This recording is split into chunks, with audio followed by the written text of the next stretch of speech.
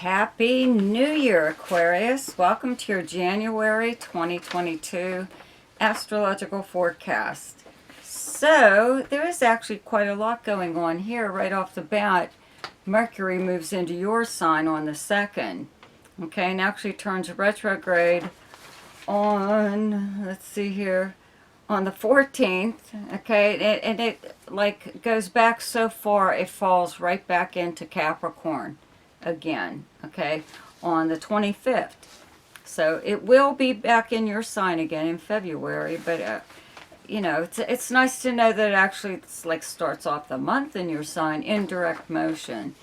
So as usual, when Mercury is in your sign, especially like in your first house, it does make you very talkative, very kind of like I don't know, really out there, kind of greeting people, wanting to maybe see people, contacting people. You know, usually it is to have some kind of conversation or other, but I think that you just might be in the mood to just like do something. You would like to get together with people, something or other. You know, Jupiter left your sign on December 28th or the 29th. And moved into Pisces in your second house of earned income, how you earn your money.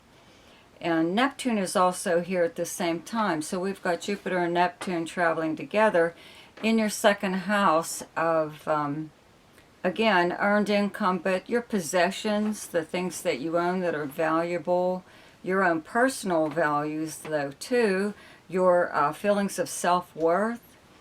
But this is the house of mainly like money, though. Okay, so having Jupiter here, it does expand this area for you. It brings in, no matter where Jupiter is, it brings in opportunity, expansion, and good luck, good fortune usually. So a lot of times, though, with the combination of these two planets together, though, you may be like spending a little bit too much money, maybe spending it faster than it's coming in.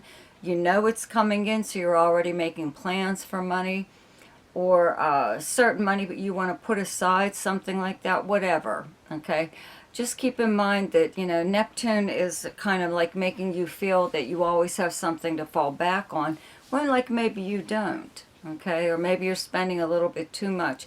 But the big thing here for you is not to be sucked in by any kind of like charities or charitable organizations or some good cause or something or other, where somebody wants you to donate your money like monthly or weekly or something, or even take part in it, you know, trying to raise money for a certain cause or whatever. I'd really watch out for something like that right now. You still have Saturn in your first house, okay? So along with Mercury being there right now, the conversations, a lot of the conversations that you're having right now with people could be like kind of like serious, on the serious end of it. You know, you could be wanting to discuss serious issues with someone or other. Maybe you're making plans for the future and you just want to make sure that you know, a certain someone is going to be there to carry them out or help you or do whatever. So you could be doing an awful lot of serious thought right now. So you really don't want to linger on something like that, though. You know what I mean? You could like depress yourself, especially when Mercury turns retrograde in your sign. Okay, so you could start off making total sense at the beginning of the month, okay? When this planet turns retrograde, it's almost like everything that you felt you accomplished with people, as far as like your conversations or even instructions or directions that you might have given someone, you thought you got through to these people, and then when Mercury turns retrograde, it's almost like the way they're talking to you, you realize they didn't really understand what you meant by the conversation or anything, you know? So you may want to be really explicit if you are having what would be a very Again, serious conversation with someone right now about a serious matter. Maybe it isn't a serious matter, but it is to you. Okay, you know, you want to make sure that something is done a certain way or something's taken care of, whatever. Okay, so you have to be really, really explicit, because when this planet turns retrograde in your first house, you may discover that people, like I said, didn't really understand what you meant or what you were driving at or whatever. Also, though, you could have a repeat conversation, kind of, okay? Or information could come back to you through a conversation or a message of some kind. In fact, you may actually get a message that you missed for some reason or other. It was delayed or you just never got it. It could be any kind of message, phone message, text, email, something or other, which is another thing you should do, is check like the spam folders or other folders in your email other than your inbox, because maybe one or two of your regular mail that you should be getting is going to end up in someplace other than the inbox. Okay, so you know, when Mercury will retrograde back into your 12th house, back into Capricorn, so we're back to a little bit, just a little bit of that investigating mode again. With Mercury in your 12th house, a lot of times you find out things, especially now that it's in retrograde motion. Maybe a lot of times when Mercury is retrograde, you have a hard time getting at information that you need. It's just not there for some reason, or you're not contacting or speaking to the right person to find out whatever it is that you know. But a lot of times, though, Mercury actually brings about the correction of something that you were unable to do, such as find out information that was being withheld for whatever reason. Usually it's because it just isn't there. You don't have access to it, or nobody tells you where to go. Nobody can think of who you should speak to or contact in order to find out something. So when Mercury does go retrograde back into your 12th house, I believe that anything that you're trying to find out about anything, you should be able to actually do it during the retrograde motion. Okay. Also, you know, Venus is still in Capricorn the whole month. It is in retrograde motion, turns direct on the 29th. So it's been here for a while in your 12th house, where of behind the scenes occurrences between you and someone else, or by you and someone else. The 12th house is kind of like your downtime. It's a time when you spend in solitude doing things that only you can do by yourself. You know, like read a book, or write in a journal, or, you know, watch movies or something like that. Because you're like storing up your energy for when the sun moves into your first house and you're like back on the scene again. So the sun actually does move into your first house on the 19th. Up until that point, though, you still have the sun in Capricorn along with Venus, okay? And then, like I said, Mercury retrograding back in to this area, okay? So another thing, Mars starts off the month still in Sagittarius up until the 23rd. Okay, so you're still pretty active as far as socializing goes, even if it's just online. You probably had a lot of contact with people, but it may seem to you it's because of the holidays, you know, that maybe that's the only time of the year that you hear from certain people, or you get together with people and you see them, you know. So that's like still in effect up until, like I said, the 23rd. So you're still pretty active. Even if you're not going out in public, you're possibly online or just doing something with your friends. But the 11th house is also the house of dreams, hopes, and wishes, not just your friends or your acquaintances and your sociable hangouts where you go, right? So, Mars is a really energetic planet, and it will make you get like a second wind kind of in pursuing something like this, something you've always wanted to do. You have Jupiter in your sign for like a whole year. Jupiter's supposed to open doors for you to help you experience new things, right? So maybe you had a bucket list of some kind or other, but you didn't get to finish it. So this is one of those times when you just might do that. Okay, when Jupiter was in your sign, maybe you were trying to get the best out of what that planet has to offer. But now that Mars is also there, like in your 11th house, okay, of your dreams, right? Things that you want. It is making you a little bit more aggressive, kind of. Okay, now here's the thing. Is Mars moves into Capricorn on the 24th, so it will also be in your 12th house, okay?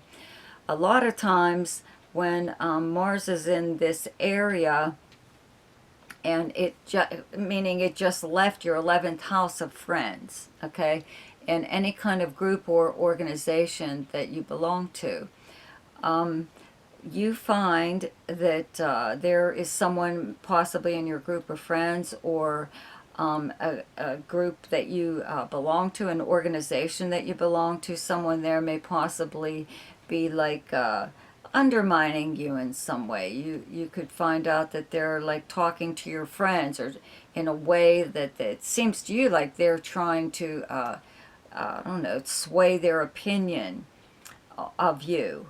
They're trying to, I don't know, turn people against you or something like that. It could be, just some kind of like catty gossip or something or other. But usually when Mars is in your 12th house, yeah, somebody's real nice to your face. This is a so-called friend, okay, that is secretly jealous and envious of you. That is why they're doing this behavior. They have this kind of behavior towards you. But also, the 12th house being the house of secrets, having Mars here makes you able to pursue your own best interests, what's best for you. You're going to look out for yourself in such a way that it is like a secret, maybe no one really needs to know. It's none of their business, right?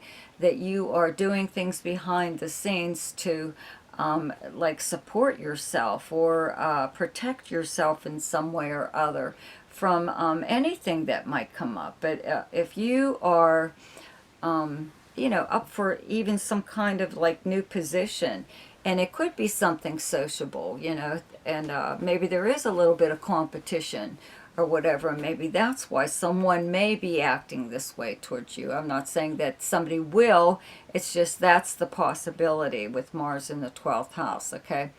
But a lot of times it is just you, okay, looking out for your own best interest, making sure that everything is taken care of for you on your end, okay, before Mars moves into your first house. And then whatever it is, any kind of plans that you were making that may have been like a secret, or just something maybe you were kicking around, weren't decided what you were going to do, but it was something that maybe you would like to do. Well, when Mars enters your first house, that's more than likely when you'll actually do these things, because Mars gives you the confidence and the energy even to really go after things that are important to you, things that you would like to do, right? So anyways, let's see here. Well, the planet Uranus, which has been retrograde, finally turns direct on the 18th. Okay, it'll take a while to kick in there. Where you have Uranus in your chart is your 4th house. It's in the sign of Taurus, and that's the sign that you have on the 4th house. And it brings a lot of unpredictability and surprises in your living arrangement, where you live, the very place, the very home or building that you live in, and the property surrounding it, your family, or people you live with, like a roommate. There could just be constant people I don't know, you could wake up one morning and find all kinds of people sleeping in your living room, on the floor, or something or other. It's just like there's always seems to be people at your place, or something or other going on. It's a real happening place, like whether you want it to be or not. You know, maybe sometimes you do. Maybe you have a lot of different kinds of people visiting you, or possibly even staying with you. But sometimes, you know, you need the peace and quiet also. So there is actually a new moon on the 2nd in Capricorn in your 12th house. Okay, so along with these other planets at that time will be the Sun and Venus and Pluto. Well, Pluto's still there. Okay, Mars doesn't move here till the 24th. And Mercury moves back here like on the 25th. So up until that point, this new moon could be, even when I was talking about, you know, the investigative part of the 12th house, you could actually find out something at this time that it could be like a surprise to you. Remember, this is the house of secrets, okay? And a new moon, though, brings new beginnings. So you could stumble across something, anything, that gives you like confidence or something, or knowing that you can move forward. It gives you the ability to do something, move forward in a way. Maybe whatever was lacking and you needed to, again, know more. So something could happen around that new moon that brings like a breath of fresh air into something or other that that is like your like interest. It doesn't necessarily have to involve anyone else. It could even be just something very personal to you. That it could even be like a really neat dream that you have. Okay, because the 12th house is the dream state, whatever. So there's also a full moon on the 17th in the sign of Cancer, and where you have Cancer in your chart is your 6th house. It's directly across from your 12th house. Okay, so your 6th house is the house of the kind of work that you do and your co-workers, your work schedule.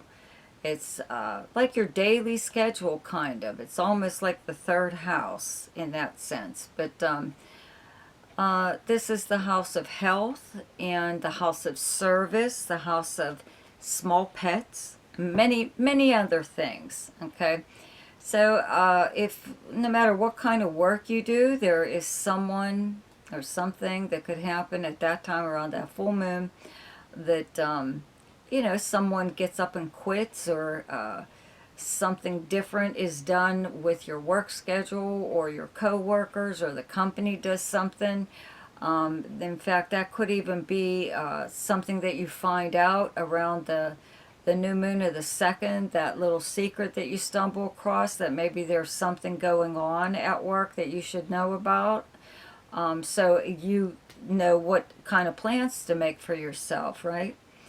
They could be planning, you know, anything. A company could be planning anything, or a boss or whatever. Or if you're self-employed, there could be something going on with clients. And if you don't work at all, even if you're just like retired, or you just don't work at all, there's still something going to be going on, excuse me, around this time that just brings things to the ahead. Okay, that's what full moons do. It's so you could, you know, discuss anything that needs to be done, needs to be discussed and then done away with. Okay, so if there's someone that you work with that you don't get along with, this could be one of those times where you just get all that off your chest. Okay, who cares if they like it or not, right? So the best time to do something each month is when the moon is in your own sign, and the moon is in Aquarius on the 3rd, 4th, 5th, and 31st. The best time to lay low is when the moon is in your opposite sign, and your opposite sign is Leo. And those dates are the 18th, 19th, and 20th.